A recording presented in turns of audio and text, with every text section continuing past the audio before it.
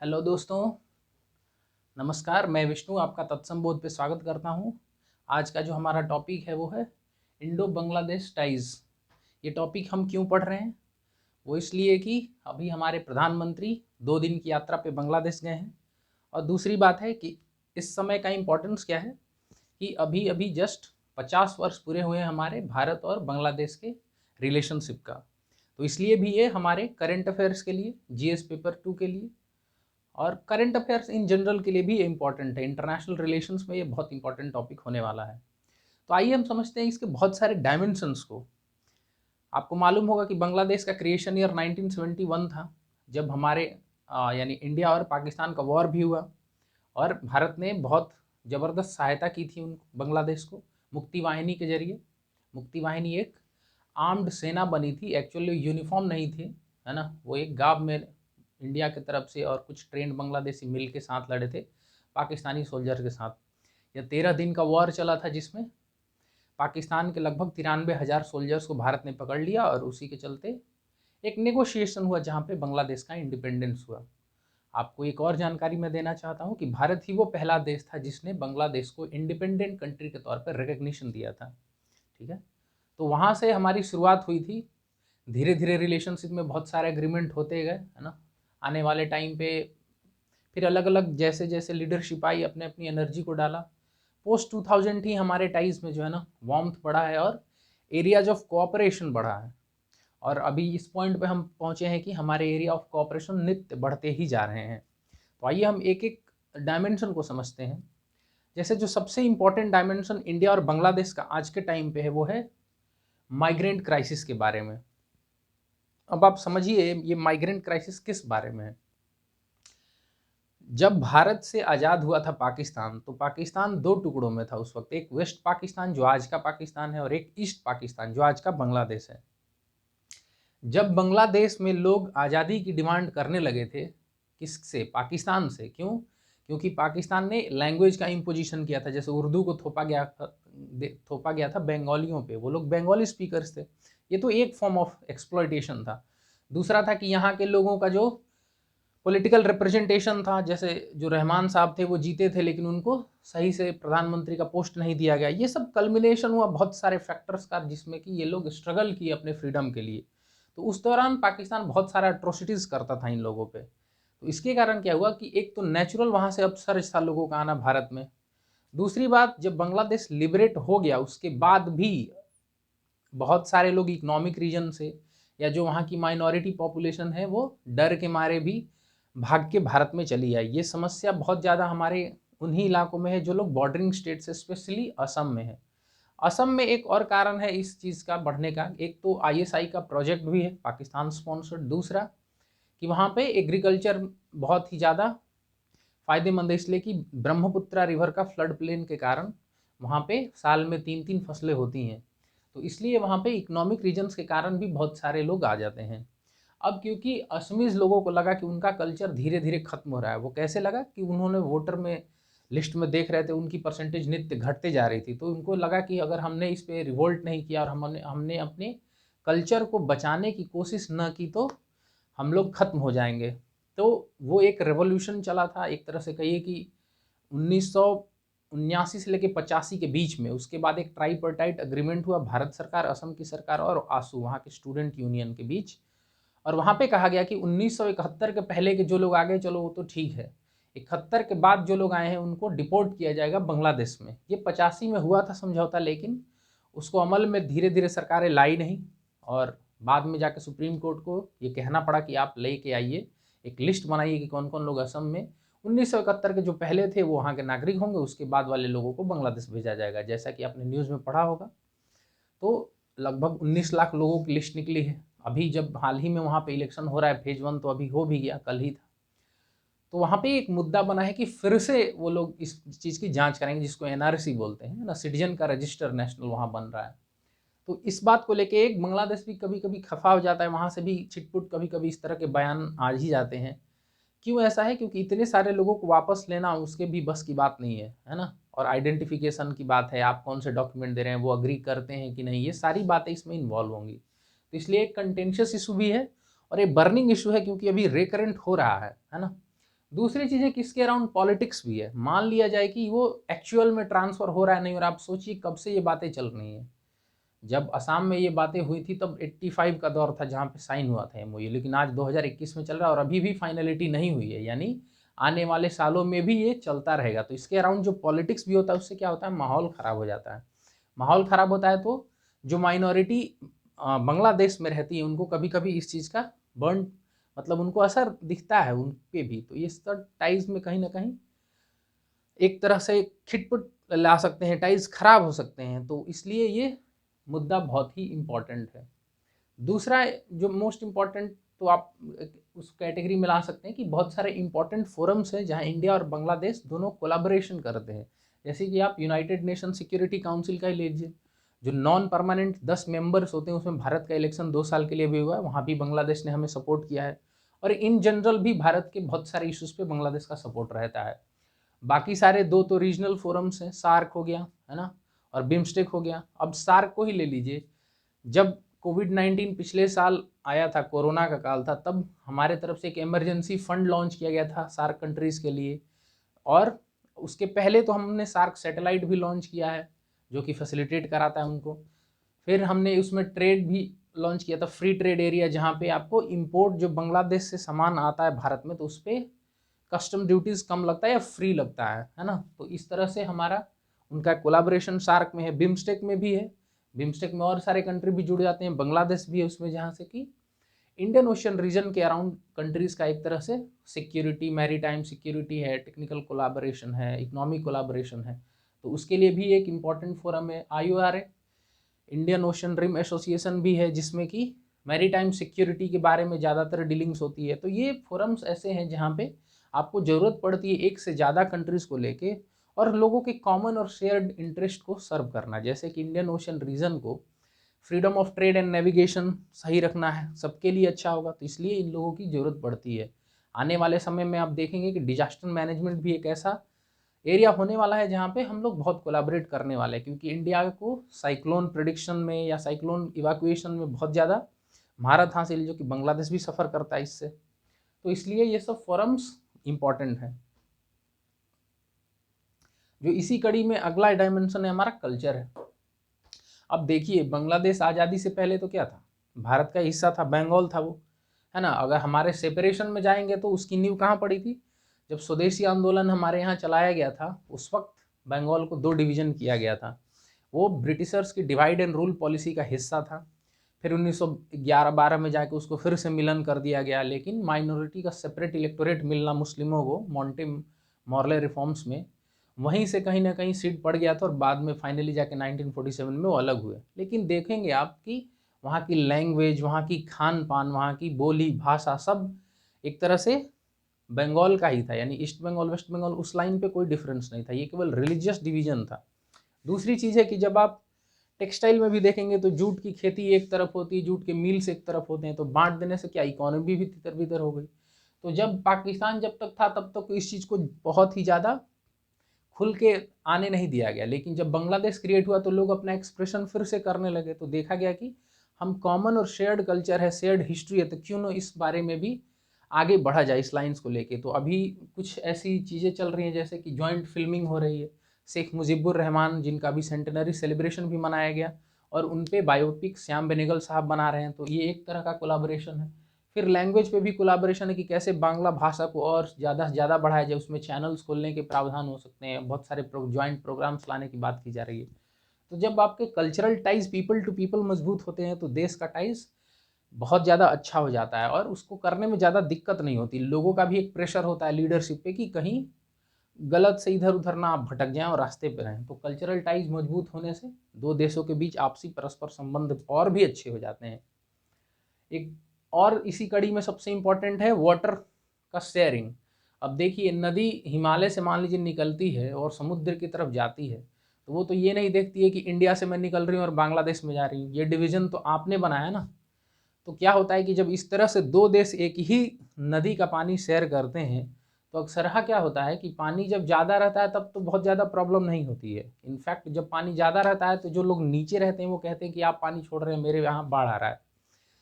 लेकिन climate change एक जीती जाती समस्या हो गई है, जिसके कारण पानी कम हो रहा है, यानी ग्लेशियर सूख रहे हैं, ठीक है, वहाँ से पानी नहीं है। बारिश, मानसून फेलियर कर जाएंगे तो बारिश कम हो जाएगी, तो वेरिएबिलिटी मानसून में आ जाए तो भी कम हो जाएगी। तो इसके कारण क्या हो रहा है कि अब मान लीजिए नदी में पानी ऊपर से आएगा, तो जो ऊपर वाले स्टेट्स हैं यानी भारत में जितने दूर है वो तो पानी पहले यूज़ करना चाहेगा, है ना, उसके बाद ही नीचे छोड़ेगा। तो ये एक बहुत ज़्यादा बड़ा मुद्दा है जो कि रिकरेंट उठते रहता है और पानी के कारण लड़ाइयाँ हो सकती हैं, ऐसे तो कई लोग प्रिडिक्शन कर भी रहे हैं।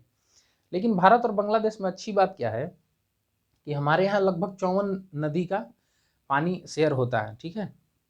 उसमें से जो मेजर हैं वो आप एक तरह से कहिए कि गंगा और तीस्ता रिवर है, जो कि बार बार आपके न्यूज़ में आता है। गंगा रिवर एक सेटल्ड में है, सेटल्ड इन सेंस कि हम लोग 1996 में ही एक 30 साल का अग्रीमेंट कर लिए थे कि इस नदी का इतना पानी आप रखिए, इतना पानी आप रखिए। जो फरक्का बैराज है इस चीज़ को मेंटेन करता है। तो हमारे यहाँ एक है कि हमने शुरू में कोलाबोरेशन दिखाया है, और लेकिन हमारे यहाँ कंटेस्टेड इशू भी है, जैसे तीस्ता रिवर है जो सिक्किम से होके आती है और नॉर्थ बांग्लादेश के थ्रू होते होते नीचे आती है। तो इस पानी को लेके लगभग बंगाल का पॉलिटिक्स इसको अपोज करते रहा है, जबकि बांग्लादेश के लोग कहते हैं कि नहीं, इसको सेटल कीजिए। तो ये एक ऐसा इशू है जो कि फ्यूचर में भी बहुत इंपॉर्टेंट होने वाला है, तो इसलिए नदियों का नाम याद रखिएगा। उसका अगला इशू है माइनॉरिटीज़ का। जैसे सीएए का आपने नाम सुना होगा, सिटीजनशिप अमेंडमेंट एक्ट, ये बार बार न्यूज़ में आ रहा था। उसमें आपने देखा होगा कि जिन 3 कंट्रीज से आए हुए माइनॉरिटीज़ को भारत में सिटीजनशिप देने की बात की गई थी, उसमें बांग्लादेश भी एक कंट्री था। तो बांग्लादेश में माइनॉरिटीज़ पे इस तरह से ये एक बिल अपने आप में ही कह रहा है कि वहाँ पे माइनॉरिटीज़ पे अच्छा ट्रीटमेंट नहीं हो रहा है, स्पेशली हिंदूज पे। उनके मंदिर तोड़े जाते हैं, उनको ज़बरदस्ती भगा दिया जाता है। तो ये कहीं ना कहीं टाइज को ना खराब करने में बहुत ज़्यादा एक, या आप कहिए कि जो एक्सट्रीमिस्ट सेक्शन है उनको एक तरह का ये मिल जाता है मौका कि प्ले करे कि देखो ऐसा हो रहा है, तुम इनके साथ रह रहे हो। तो ये ठीक नहीं है। ये दोनों देश को परस्पर मिल के आपस में संबंध अच्छे करने चाहिए, है ना, और उनकी रक्षा भी करनी चाहिए।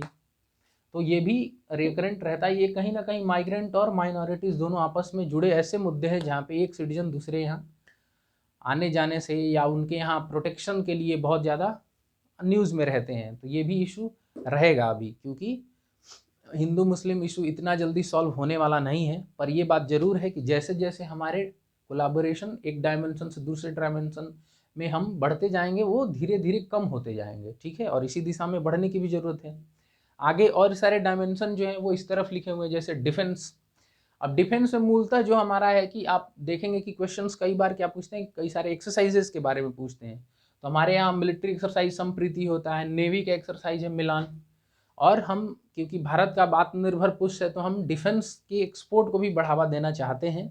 इस बारे में भी इंडिया बांग्लादेश का एक फोरम बना है और वो लोग डिस्कस कर रहे हैं कि कैसे इश्यूज़ को आगे लेके जाया जाए। तो ये भी इंपॉर्टेंट इशू रहने वाला है। और क्योंकि नेबरिंग कंट्री है और हमारे साथ बॉर्डर भी लगता है, आपको मालूम होगा कि बांग्लादेश इंडिया का सबसे लॉन्गेस्ट लैंड बॉर्डर कंट्री है, वो लगभग 4096 पॉइंट समथिंग किलोमीटर है। तो इसलिए ये भी इंपॉर्टेंट है। इसमें अगला डायमेंशन एनर्जी का है। अभी एनर्जी की स्थिति ये है कि ये इंपोर्ट लिखा हुआ है। इंपोर्ट किसके यहाँ से जाता है? इंडिया सरप्लस पावर प्रोड्यूस करके बांग्लादेश को देता है ना, उस जोन में। तो वो हम पे डिपेंडेंट है। आने वाले समय में रिन्यूएबल्स में हम पार्टनरशिप करने वाले हैं। बहुत सारे हाइड्रोकार्बन में भी हमारा पार्टनरशिप होने वाला है, जैसे गैस पाइपलाइन में वो भी हम आगे फैसिलिटेट कराएंगे बांग्लादेश। तो एनर्जी टाइज भी हमारी मजबूत होने वाली है। ये भी एक फोकस एरिया होने वाला है। जो नेक्स्ट है और ये भी एक बहुत इंपॉर्टेंट है, वो ट्रांसपोर्टेशन सेक्टर है। अब ट्रांसपोर्टेशन में लगभग हर फील्ड को हम लोग टच करने वाले हैं, हर डायमेंशन को, जैसे रोड रेल वाटर, तीनों ही। अभी आप हाल में देखोगे कि वाटर पे, इनलैंड वाटर पे हमारा उनके साथ शेयरिंग हुआ है, पैक्ट हुआ है। तो उसमें क्या होगा कि जैसे ब्रह्मपुत्रा नदी भी आती है, इधर से मेघना नदी आती है, इधर से गंगा नदी आती है, जो हमारे यहाँ जल मार्ग विकास प्रोजेक्ट है जो कि हल्दिया से इलाहाबाद कनेक्ट करता है। तो हल्दिया से आगे भी तो जाया जा सकता है वाटर के थ्रू, या अभी चेन्नई से एक गया था रोरो सर्विस के थ्रू वहाँ पर बांग्लादेश में, या नॉर्थ ईस्ट से आ सकता है बांग्लादेश में। तो इनलैंड वाटर के थ्रू भी हम बढ़ा सकते हैं। इसमें पॉल्यूशन भी कम होता है और पैसे भी कम लगते हैं। रेल में ऑलरेडी आप जानते होंगे कि 1947 के पहले जब ब्रिटिशर्स थे तब भी हम 7 रेलवे रूट से कनेक्टेड थे, जिसमें कि अभी 4 एक्टिवेट कर दिया गया है, बाकी धीरे धीरे होगा, है ना। तो आप इसमें नेमिंग बहुत सारा पेपर में आते रहता है, उस पर ध्यान दे सकते हैं पेपर से, है ना। जैसे पेट्रापोल, बेनापोल आपने पढ़ा होगा, कोलकाता से ढाका के बारे में पढ़ा होगा, ढाका टू अगरतला के बारे में पढ़ा होगा। इस सब पे काम चल रहा है। बहुत सारे रेल ब्रिजेज भी भारत सरकार ने बनाए हैं वहाँ पे। उसी क्रम में रोडवेज भी है। है ना। रोडवेज में खास करके हम लोग, अब देखिए कोलकाता से अगर आपको अगरतला जाना हो तो आप क्या जाएंगे, घूम के जाएंगे इस तरह से, जो कि लगभग 1700 किलोमीटर पड़ जाता है। लेकिन अगर यहाँ से यहाँ कोलकाता नॉर्थ ईस्ट जाना है और सीधा सीधा जाएंगे तो आप 400 किलोमीटर में पहुँच जाएंगे। तो इस तरह की अगर कनेक्टिविटी हमारे और उनके बीच होती है तो फ्यूल में बचत होगी, समय में बचत होगी, और लोगों को लाइफ में एक ईज आएगा जाने आने में। ठीक है, तो ये इसलिए ट्रांसपोर्टेशन बहुत मजबूत है। बांग्लादेश ने तो हमारे जो साउथ ईस्ट एशियन नेशन के साथ कनेक्टिविटी उसमें भी पार्टिसिपेशन के लिए रुचि दिखाया है। जैसे कि भारत, म्यांमार और थाईलैंड ट्राइलेटरल हाईवे है, उसमें बांग्लादेश ने कहा है कि मैं साथ होना चाहता हूँ। फिर सार्क कंट्रीज के बीच एक मोटर व्हीकल एग्रीमेंट के लिए भारत सरकार कब से ट्राई कर रही है, जिसमें कि नेपाल, भूटान, बांग्लादेश और भारत आपस में जुड़ जाएं। लेकिन क्योंकि भूटान में बहुत ज़्यादा कंजर्वेशन को लेके या नेचर को लेके, पॉल्यूशन को लेके एक कॉन्शियसनेस उठ गया है, तो वो लोग थोड़े से इस पे पीछे बैक स्टेप ले रहे हैं। तो उनका कहना है कि चलो इनको अभी टाइम बिंग के लिए छोड़ दो, बाकी तीन लोग कोलैबोरेट करते हैं। तो ये भी एक ऐसा इंपॉर्टेंट एरिया है जहाँ पे कि आने वाले समय में और मोर रोड्स का ज़्यादा विस्तार होगा। तो ये भी न्यूज़ में रहता ही रहता है। जो नेक्स्ट है वो बॉर्डर इशू है। अब मैंने आपको पहले भी यहाँ जिक्र किया कि हमारी बांग्लादेश से सबसे लंबी लैंड बॉर्डर है जहाँ बीएसएफ गार्ड करती है। अब बॉर्डर इशू में क्या है, एक तो ओपन बॉर्डर है जहाँ से कि लीकेजेज हो सकते हैं, लोग माइग्रेंट बहुत ज़्यादा आते हैं, या गाय इधर से उधर चली जाती है, या स्मगलिंग होता है, ड्रग्स का रैकेट होता है, ह्यूमन ट्रैफिकिंग होता है। आप देखेंगे डेटा में भारत के एनसीआरबी का, तो वेस्ट बंगाल में सबसे ज़्यादा ह्यूमन ट्रैफिकिंग होता है। वो कहीं ना कहीं एक वजह बॉर्डर पे भी है। तो पोरस बॉर्डर है तो उसको सही से फेंसिंग कीजिए। अगर आप फेंसिंग कर भी लेते हैं तो वहाँ पर मान लीजिए कुछ बीएसएफ के लोग भी पैसा लेके सम्मिलित हो सकते हैं। तो ऐसी क्या डिवाइस अपनाई जाए जहाँ से कि इन सब चीज़ों को मतलब रोका जाए या कम किया जा सकता है, उस विषय में भी चर्चा होती है। जैसे माइनर इंसिडेंट भी कभी कभी हो जाते हैं कि कोई ट्रेसपास कर रहा है, उसको गोली मार दिया, इन सब चीज़ों को भी मिनिमाइज़ किया जाए। काउ स्मगलिंग होता है, उसको भी मिनिमाइज़ करने की ज़रूरत है, ड्रग्स को भी मिनिमाइज़ करने की ज़रूरत है। ये आप तब कर पाएंगे जब दोनों तरफ के लोग आपस में एक कॉन्फिडेंस बिल्डिंग मेजर्स बार बार करते रहें, परस्पर सहयोग करते रहें, और बहुत सारे ऐसे चेक पोस्ट बना दिए जाए जहाँ से कि लीगल रूप में लोग आ जा सकें, है ना, जिसको बोलते हैं इंटीग्रेटेड चेक पोस्ट, जहाँ पे बहुत सारे फैसिलिटीज़ होते हैं अवेल करने के लिए। तो उस तरह की चीज़ें बनाई जाएंगी तो और इन चीज़ों को कम किया जा सकता है और हमारे टाइज को और मजबूती दी जा सकती है। जो एक आखिरी बात मैं इसमें बताना चाहता हूँ, जो कि चाइना का रोल बांग्लादेश के साथ, आप अभी पाएंगे कि बांग्लादेश का लगभग 80% जो डिफेंस इंपोर्ट है, जो वो है चाइनीज डिपेंडेंट है। तो कहीं ना कहीं मान लीजिए कुछ ऐसे सेंसिटिव इंस्ट्रूमेंट्स वो बांग्लादेश को सप्लाई करे जिससे सर्वेलेंस हो सकता है, तो वो भारत के लिए खतरा हो सकता है। दूसरा चीज़, बेल्ट एंड रोड इनिशिएटिव में भी पार्टिसिपेंट्स हैं। अब बेल्ट एंड रोड इनिशिएटिव में पार्टिसिपेंट होने से क्या होगा, जो बांग्लादेश का पोर्ट है उसको वो लोग एक्सेस कर सकते हैं चाइनीज़, तो वो हमारे आसपास आएंगे तो एक तरह का वो हमें घेरने के प्लान में सक्सेसफुल होते जा रहे हैं। तो कहीं ना कहीं हमें बांग्लादेश को अपने इंटरेस्ट के बारे में बताना बिल्कुल चाहिए कि देखिए भैया हमको इनसे खतरा है, और आप इस एक हद से ज़्यादा हमारे भी इंटरेस्ट को उसमें एडजस्ट कीजिए, है ना, पूरी तरह से उन पर डिपेंडेंट होना ठीक नहीं है। तो इसमें आप देखेंगे कि बहुत सारे गैमेट ऑफ इश्यूज़ हैं। जैसे यहाँ पर पोर्ट की बात की जा रही, तो हम लोग भी ऐसा नहीं कि इसमें जो कनेक्टिविटी है वाटर में, उसमें पोर्ट्स की भी बात की गई है। मांगला पोर्ट्स है या फिर चिटागोंग का है, जो वहाँ दो इंपॉर्टेंट पोर्ट्स है, उसको भी हमने कनेक्ट करने की बात की है। तो हमने हर तरह से अपने जितने डायमेंशन पॉसिबल हो सकते हैं हमारे दो देशों के बीच, उनको हमने बढ़ाने की कोशिश की है।